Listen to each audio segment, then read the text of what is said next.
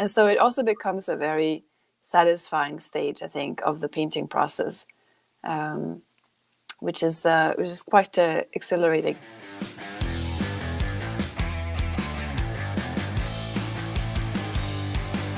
You are about to meet a fabulous artist, and we're going all the way to Norway. Please welcome Cornelia Hernes. Cornelia, welcome. Thank you so much. Thank you so much for inviting me here. We're very excited. First off, we want to learn all about you. We want to know about your history, your background, and of course, we want to know what you're going to do for us today. We understand you have something very special prepared. Yes, actually, all for this event. Oh, good. So tell us a little bit of your background. You and I were talking off camera a little bit before the broadcast. To help us understand where you started in art and what your art career has been so far. All right. So I could share with you the long story, which sort of begins in childhood or in maybe later years, which kind of begins with continued education. But just briefly, I have always been very interested in drawing and painting since childhood. And for the longest time, I felt quite isolated with that interest. And I studied at a university in Canada, University of Victoria in British Columbia, where I obtained a Bachelor of Fine Arts degree. And that was a very conceptual-oriented art education. And I knew then that I needed to seek elsewhere for the craftsmanship that I was very interested in learning about. So that brought me to Florence, Italy, and where I studied at the Florence Academy of Art. So can't get a better education than that. No, that was fantastic. That was exactly what I needed, because I always felt that I had a need and a want to express myself visually with the visual language, and I needed to obtain the tools in order to do so. And I did find that at the Florence Academy of Art. Well, people are going to be absolutely blown away when they see you paint, and they're going to be blown away. I don't know if you happen to have, I didn't warn you on this, but if you happen to have a couple of pieces of art you could show us. Maybe I have some. Let me just check. Maybe you sent some in to me. Oh, yes. Yeah. Okay. So I'm going to show a couple of pieces of art now just to let people see it.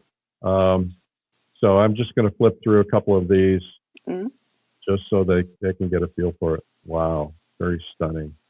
Thank you. So portraiture is your primary thing, is that right?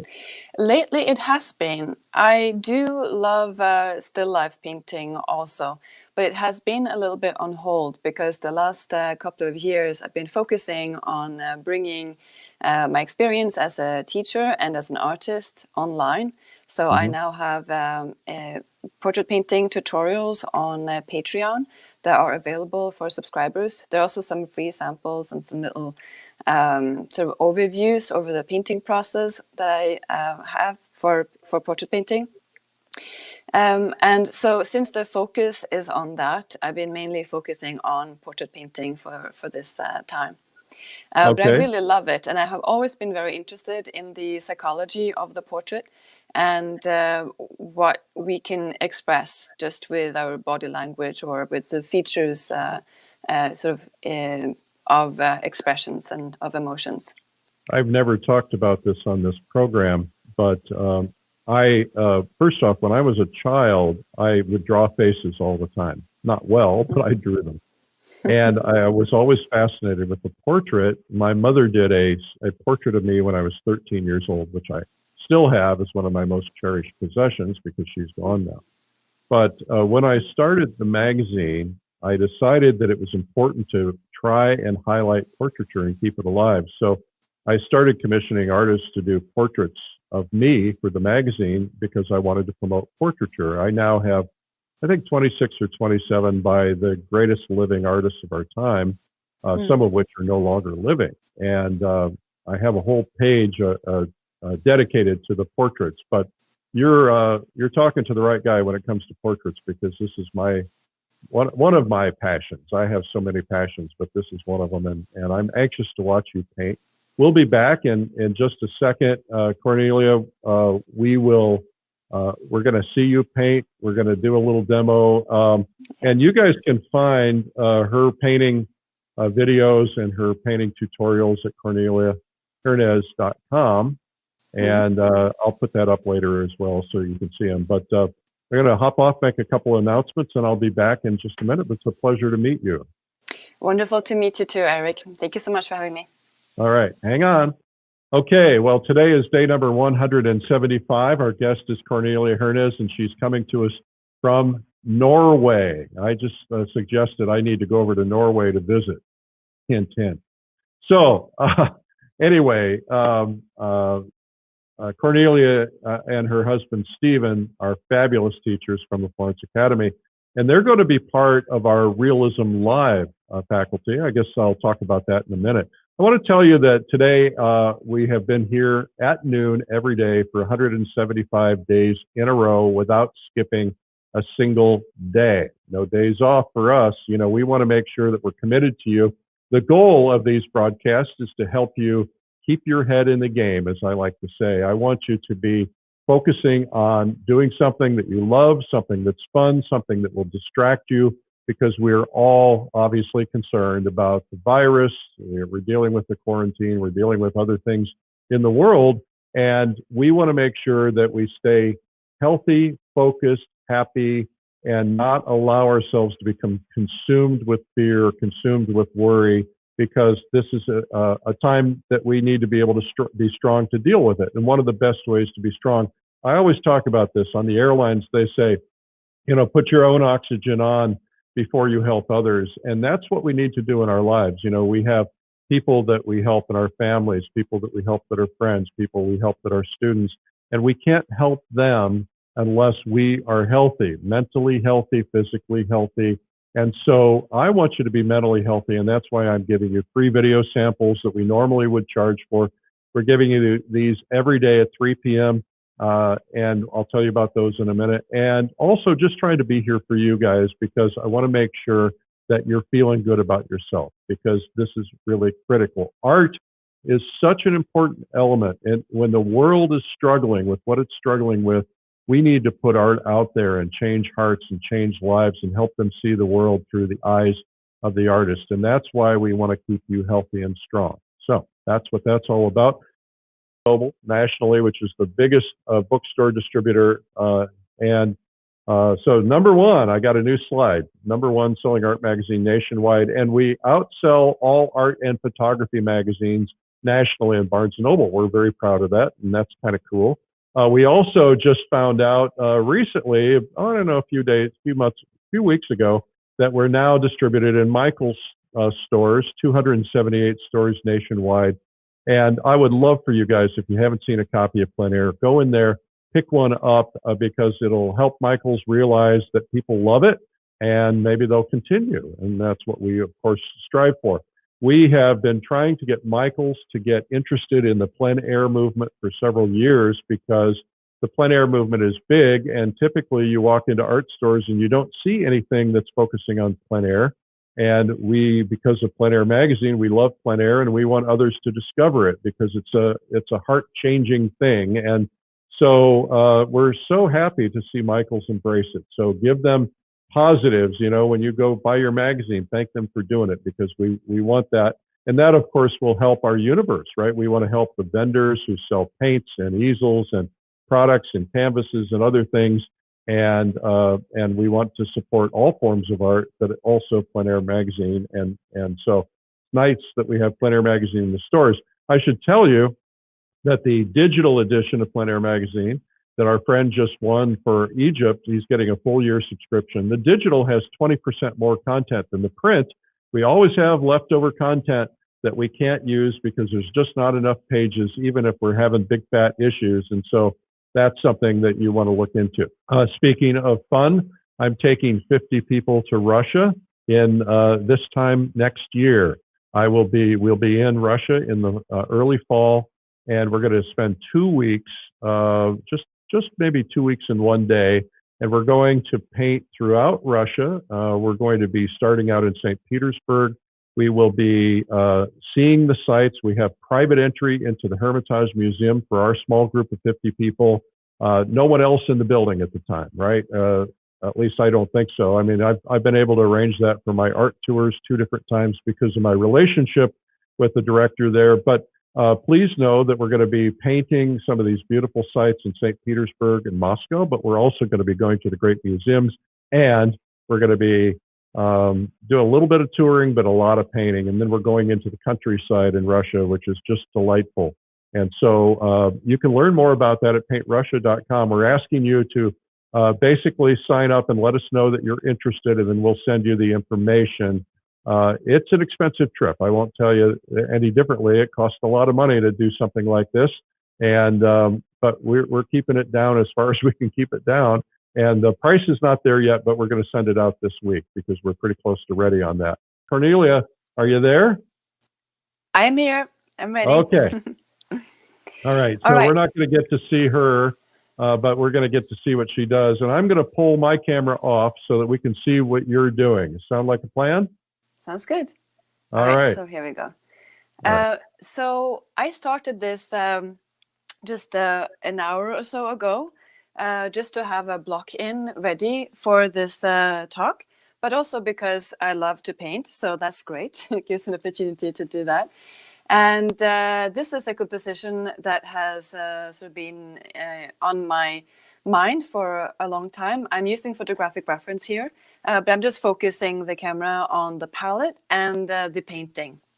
So I thought I'd share with you my thought process so far, and then start the mixing process for the color and the values. And I'd also like to discuss some of my thoughts about the strategy that I employ as I am creating the foundation of the painting. This is often a very confusing stage for students because there is so much that has to be juggled. One have to consider elements of drawing and shapes and proportions and gesture and the relationship between shadow and light. And one also have to juggle the element of value. And of course, in the context of paint, we also have the element of color and paint, color and temperature and chroma to consider. So for that reason, it can be sometimes helpful to start the building process of the portrait without so much color, so that one can just focus on finding the gesture and proportion and the design of the composition. So that is what I have done so far. So can you tell us what you did for your underpainting, what color you used, and did you use a thin wash with turpentine, or what did you do? Exactly. So I just used a little mixture here of raw umber and the Venetian red that I have right here. So they were kind of hanging out over here. So mixing them together creates this slightly pink earth brown, which is quite nice because the imprimatura, which is the stain, represents or is quite proximate to her temperature of the light shape. So I often will select a stain on the canvas that corresponds closely to the light shape of the portraiture, because this is really the heart of the painting and where the elements of color, value, and modeling is very complex. So therefore, starting out with something that represents this area helps to, in a way, expedite the early stages of the painting process. And then this is probably mostly raw umber that I just scumbled in right here. And is it fairly wet still? Yes, it is. It's completely wet. So I sometimes use Q-tips to scrape away. Excuse me. Scrape away the paint. So this is just applied today. And then everything on the portrait is still wet. So did you do a lot of the painting by taking away as you're creating the whites or the high key values on the face? Was that wipe out? Yeah, it's a combination. So of course, where we see these darker values sort of here is sort of where I added a little bit of paint, and then I do kind of go in here and wipe out exactly and sort of remove the wet paint with sort of a bundle of Q-tips to just help reveal a little bit of the light shape. All right. But there's And, also I'm going to try not to interrupt you. I'll keep you talking, that's but good. once in a while there will be a question from the audience or a comment. And we have someone watching now from Latvia. That's new. Welcome, Latvia. All right, we'll let you get started. Okay. Excuse me. So do I continue now? Oh, yes. Yeah, Okay. sure. Yeah. All right. So I'll just talk about the colors that I have here, which is ivory black, and I have ultramarine violet here, cobalt blue, and I will get back to why I selected those colors. And then I have raw umber, alizarin crimson, cadmium red, yellow ochre. I have two cadmiums here. It's just regular cadmium, which is quite warm. And then I have a cadmium lemon yellow, which is quite cool. And then, of course, I have white. And I do change the colors on my palette relative to the colors of the composition. And in this composition, she is wearing this turquoise robe. And so for that, I think that having a cooler yellow on the palette is going to be really helpful. What kind of white are you using? I use lead white. I have given titanium white a chance, but I gave up on it. Well, it's not very, the lead white is so much more transparent. Yes, but I also like the drying property of it, and I like the texture of it, and I just find it to be a very sort of predictable color to tint other colors with, precisely because it's a little bit more transparent than titanium white. But I do think it's important to mention that if somebody is starting out painting in oil, that, you know, if they still are quite messy, then I think it's maybe better to start off with titanium white before going on to lead white, because it is a toxic pigment and it needs to be kind of respected during the painting process. Yeah, you got to be careful. Yeah, but that is also true for some of the cadmium colors here. Yep. Yeah, so now this portrait is at this midpoint stage where I have, in a way, the composition in place, the gesture and proportions are answered, the relationship between the shadow and the light is working, and I have started to hint at the value key, in a way, within the portrait. I haven't expanded the value scale completely, but I started to go into the darkest notes of her eyes, for example, and also the shadow around the nose and the mouth. So I have already some relationship between the darkest notes and the lightest notes, as indicated in these lighter passages of the imprimatura. But what I wanted to do now is actually just to go through the mixing process in preparation for adding color and value to the portrait. And I'm going to demonstrate a fairly direct painting approach.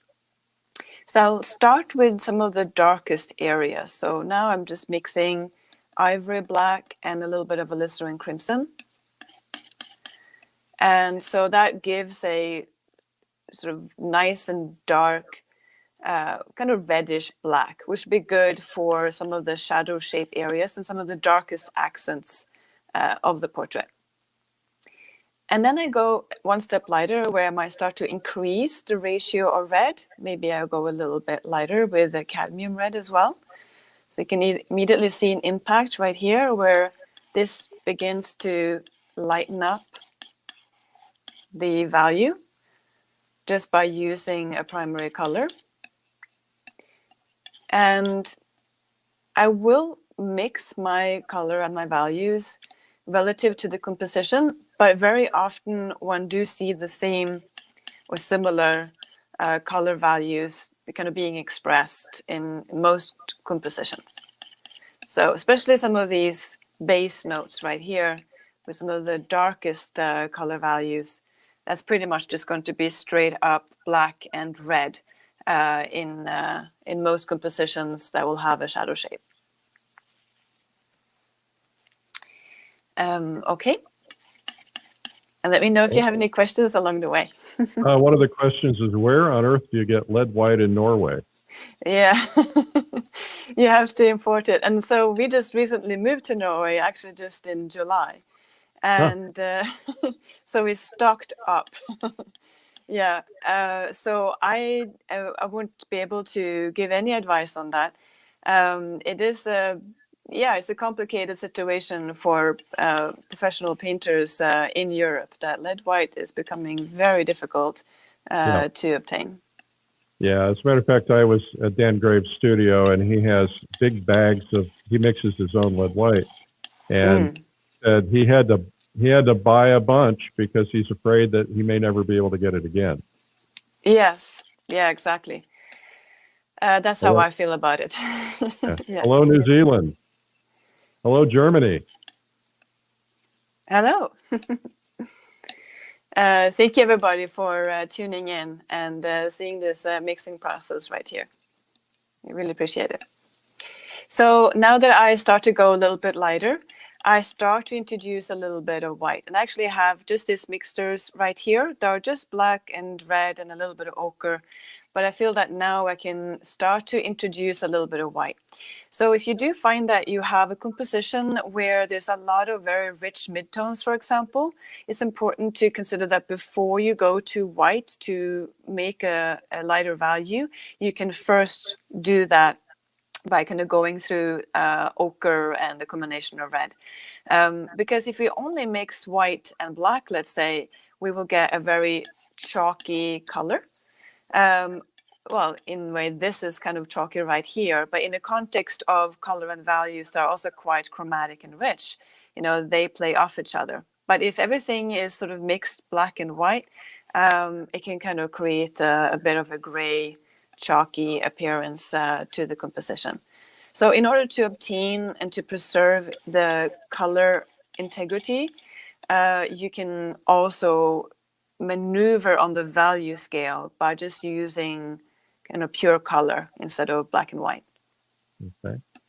I'm going to keep you on target with timing, just so you're aware. You've got about 25 minutes. Okay, thank you. I know time goes by real quickly. It sure does. It sure does. And I will certainly not be finishing even this process today, but I'll just be sort of introducing some color notes to the painting.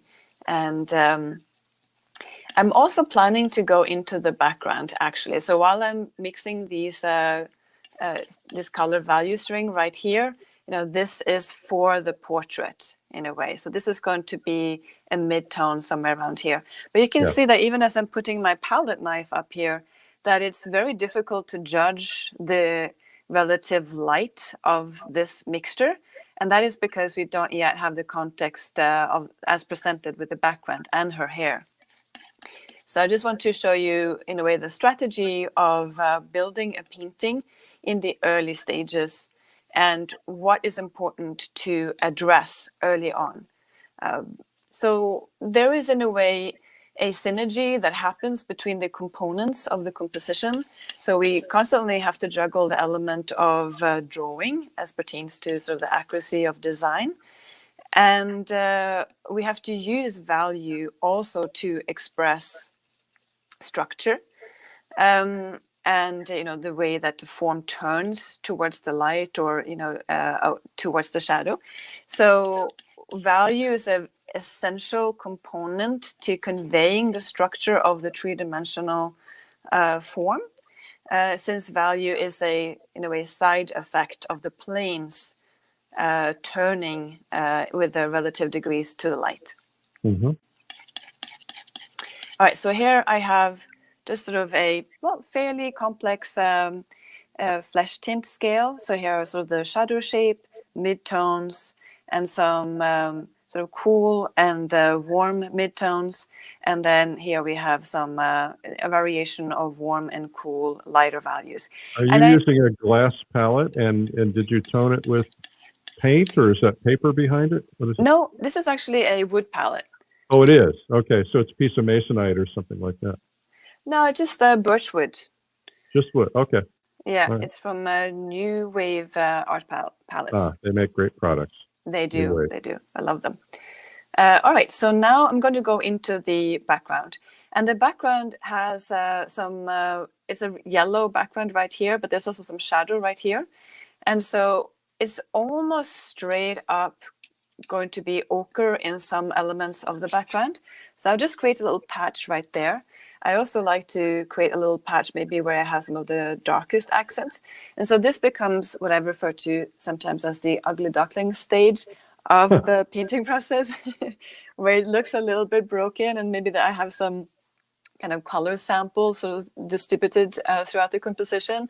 But this is a really wonderful way, an effective way of judging your color and your values before you commit to fleshing them out across the painting process, because it's possible to assess the relative, degree of how close or how far away a color and a value is relative to its destination.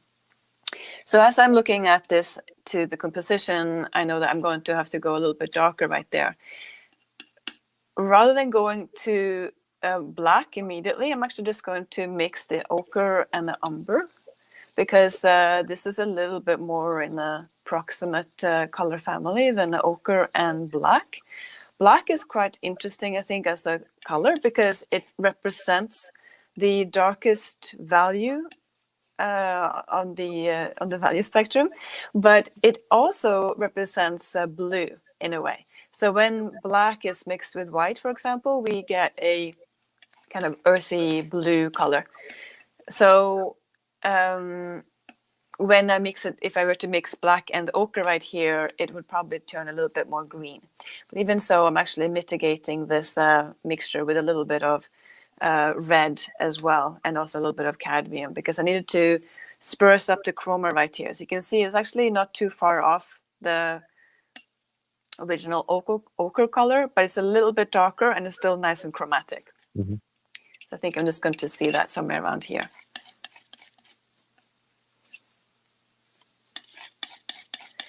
I'd also like to just create some initial mixtures for the blouse that she's wearing. And that's a nice turquoise. And this is more green than I need in a way. That's very, very colorful. Did you end up, did you do color charts when you were kind of learning to mix color? I did. There was this weekend workshop done by Carlos Madrid that I took, and that was extremely valuable because then we just sat down and we mixed colors and created a very kind of complex color mandala, essentially. And this is something I absolutely recommend to do in one way or another, just to sit down and become very comfortable with the mixing process. Because this is a bit like bicycling, where initially one may have to think about each step of the way, but eventually mixing color and values can become very intuitive.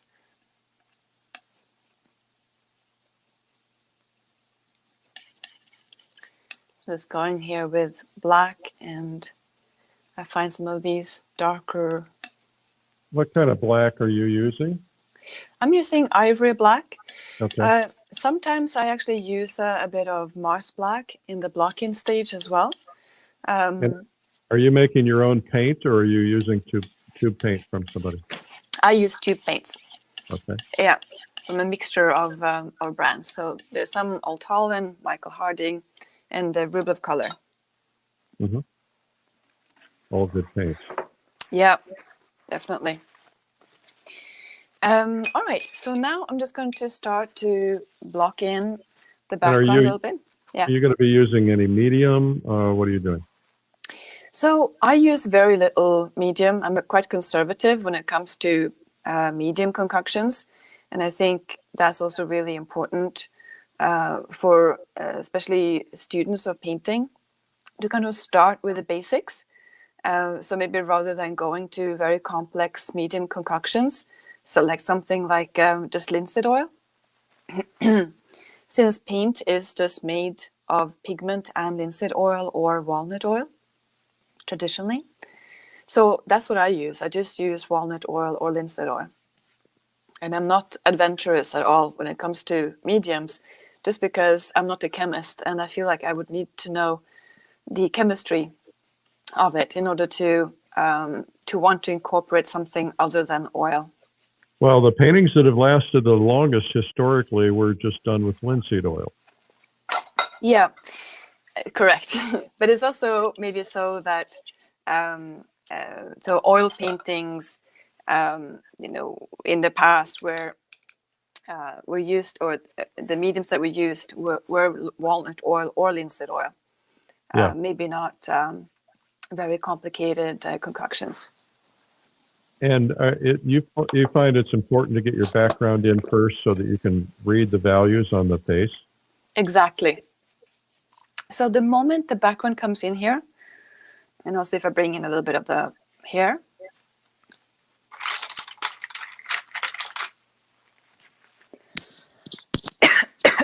pardon me. So I'm just going to use pure black here. I took another brush just because I needed to make sure that this is completely clean, so I can obtain a nice dark value here.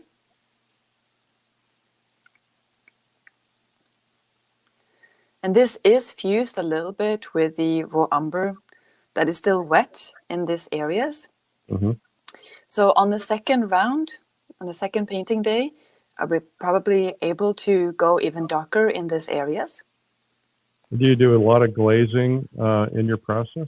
No, rarely. So yes. everything is direct painting, paint over paint. Yeah, pretty much. I think there are some things, some results that can, really only be obtained with glazing. So it's an interesting technique to be aware of and to know of as well. But in the process of at least learning painting, I think just exercising direct painting techniques are really helpful, because it forces you to identify what the color and value actually is. Mm-hmm. Right now, what are your surfaces? What are you painting on? this is a linen canvas that is adhered to birchwood panel. Okay. And this is made by New Traditions art panels. Mm-hmm. I like that combination a lot, because you have, in a way, the benefit of both worlds, in that one have the texture of the canvas, and one have the sort of solid structural support of the birchwood panel. Mm-hmm. And so if one were to get injured over time, let's say if the birchwood were to get warped over time, there would be some, a restorer could potentially find a solution to, saving the artwork. Yeah. Okay. We're at about the 15-minute mark. Okay. Sounds good. All right, this is a bit of a rush job right here. So certainly I'm going to be posting this painting when it's moved forward a bit from this stage. Yeah, if you'll post it in the comments on this broadcast, that way everybody will see it. Okay. Yeah. So I'll do that, and then I will also... Notice, everyone, how the values really pop once that dark goes against that light. Isn't that amazing? I just find that such a thrilling moment of the painting. Yeah. And I also just wanted to show you this early stage of the painting process, just because there's so many moving parts then. There's so much happening early on. And so it also becomes a very satisfying stage, I think, of the painting process, which is quite exhilarating. It's also one of my favorite stages of painting is also refining, when the painting and the portrait really comes to life. And I really enjoy sort of working with the subtlety of transitions surrounding the features, because so much of the expressions and the emotions is sort of rooted in these areas, such as the eyebrows, for example, of course, the corners of the mouth. There is so much of the emotions expressed within these areas. So did you have a live model pose for this photograph that you're working from? Yeah, for the photograph, yeah, for the photo session. So I only work with compositions that I have composed, Yeah. unless I'm working from commission. Then sometimes there will be other sort of photographic Yeah. references. Yeah. Yeah. And do you ever paint from live models, or do you try to Oh, bring them in? yes, Yeah. Okay. absolutely. Although these days that's hard. Oh, yeah. Well, that's Yeah, right. We've all been forced to try new yeah. things. Find other solutions. Yeah. Well, it's But great to learn how to do it from photos as well, because yeah, obviously doing from life is the great way. But sometimes we don't have access to models, or we don't have the money for them, or whatever. So that's exactly it. And I think it's really important to be solution oriented. And I think of course, it's nice to be able to paint from life, but as you say, it's not always possible, budget wise, time wise, or right now, of course, obviously we want to avoid mingling with large groups of people. So maybe, of course, painting family members, if that's a possibility, or oneself, of course, painting a self-portrait, because that's always yeah, a we're reliable doing a model. self-portrait competition right now. So Fantastic. what kind of brush are you using? Is it a hog's hair? So I use a combination of brushes. So right here I have a Russian. Escoda brush. No, Oh, this is not Escoda. This is something else. yeah, that looks like a Russian brush. Yeah, Raphael. Oh, okay. All right. I don't know where I picked up that one. So this is a hog hair brush. And then I have, this is rosemary. No, this is also Raphael. Okay. And I just grabbed them here. And then I have, this is also Raphael. Okay. So I guess a bunch of these are Raphael. I didn't actually know that. They were the same brand. Now you know. Now I know. And I also really like the Escoda brushes. This is the Graphilo series. And this is Red Sable. But I would use a mixture. Usually I would use more hog hair bristle brushes in the early stages of the painting, because it's sort of more convenient to, I think, add paint with bristle brushes. Whereas like a really soft sable hair brush is not going to do a whole lot. Let's see if I just, for comparison, it barely brings the paint onto the canvas, whereas this bristle brush will do so quite sort of eagerly. So I prefer to use bristle brushes overall, like when in the early stages of the painting, when adding paint to the surface, or if I want to build up texture in a certain area, bristle brushes tend to want to do that with a little bit more ease, I think, than sable hair brushes. But when it comes to modeling the form and the features, especially when I'm working with halftones, like in this area later on, then I really do like to go down in scale in terms of the scale of the brush, the size of the brush, and also you work with sable hair brushes, because then it can build a really nice and sort of even transition where that is desired. Okay. So your basic process is you're going to get the background and then the clothing done before you work on the face. Is that typically right? Yeah. So I will say, though, that there are many different sort of entry points into the sort of painting journey. But overall, it's about establishing context for the different elements to kind of work together.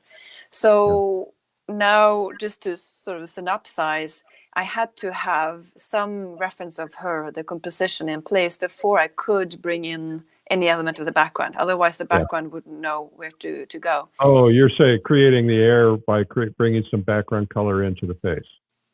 Yeah, in a way. So first the first step was just to situate her, and now bringing in the background and the some element of the foreground right here helps to create the context for the portrait. And maybe before elaborating sort of more on this area, maybe I'll go back into the portrait. That depends a little bit. But what's important in terms of strategizing which areas to work on, and in a way why, it's about the building blocks of the painting process in a way. So you need to have some sense of where the figure is going to be, or the portrait is going to be, in order to know where these big blocks of color values are going to be situated. Yeah. And then I needed to have the background in place and some color notes on her garment in order to now establish the context for the portrait.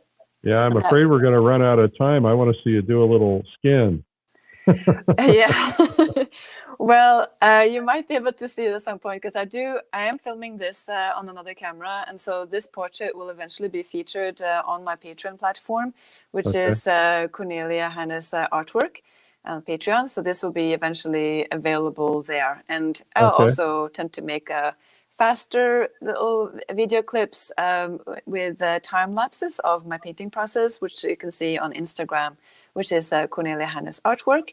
And also on YouTube, you can also find some sort of painting synopsis in those locations. Okay. This is a bit of a rough beginning here. I know I have a lot to organize, especially in this area, but I think I got quite close to the color destination in this area. Looking forward to continuing this process forward. Okay, we've got about 5 minutes. Okay, so let's see what we can do. Do you have any questions?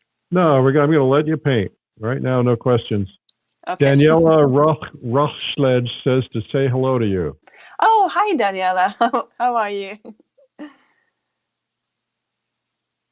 She's a friend, a teacher in Florence.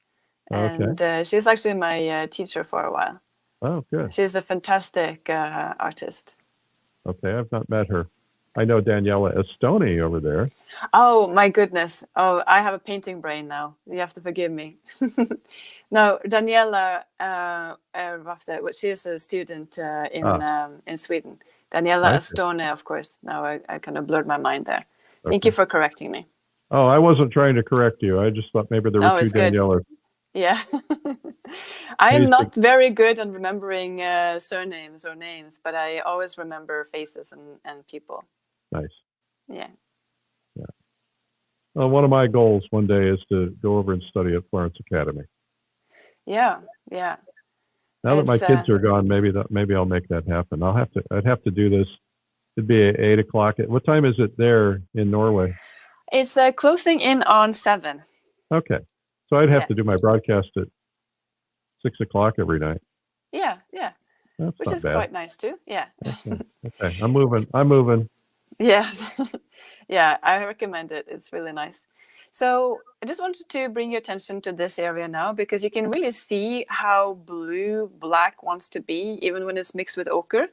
And so I keep pouring in a red right here actually just to counterbalance that tendency so that I don't cool down that area too much but maintain a nice sort of ochre-y transition. And I know that I can still bring in more red in this transition, actually, which may seem not quite contradictory, maybe, but it seems like a different color destination than the yellow. Did you say that's Venetian red?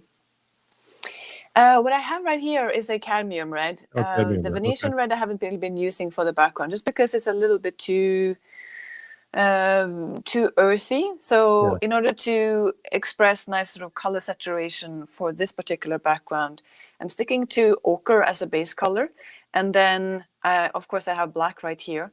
And then I'm using more the cadmium colors, cadmium red and cadmium yellow, to obtain a nice sort of rich color saturation in this area.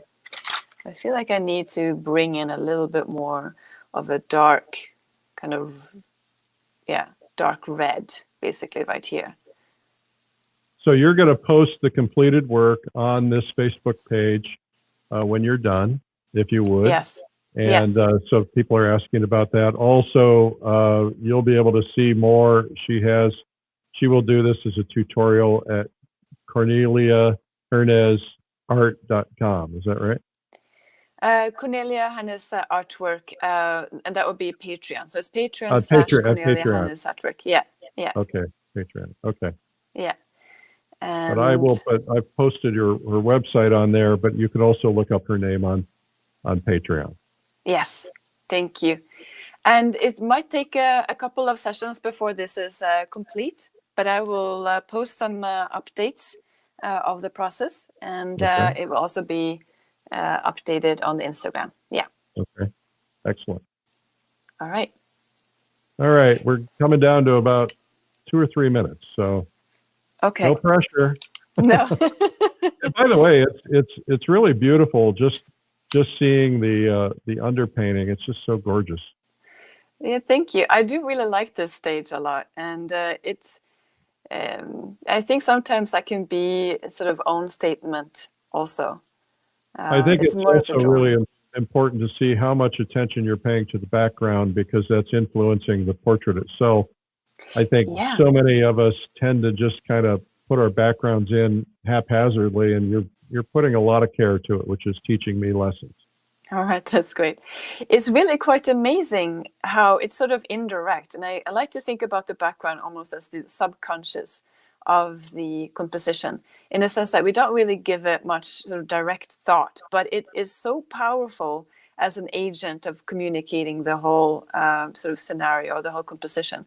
So I haven't made a single brush strokes during this painting session or during our talk within the portrait, yet the whole composition has changed tremendously. Yes. Just by making sure that the background is working.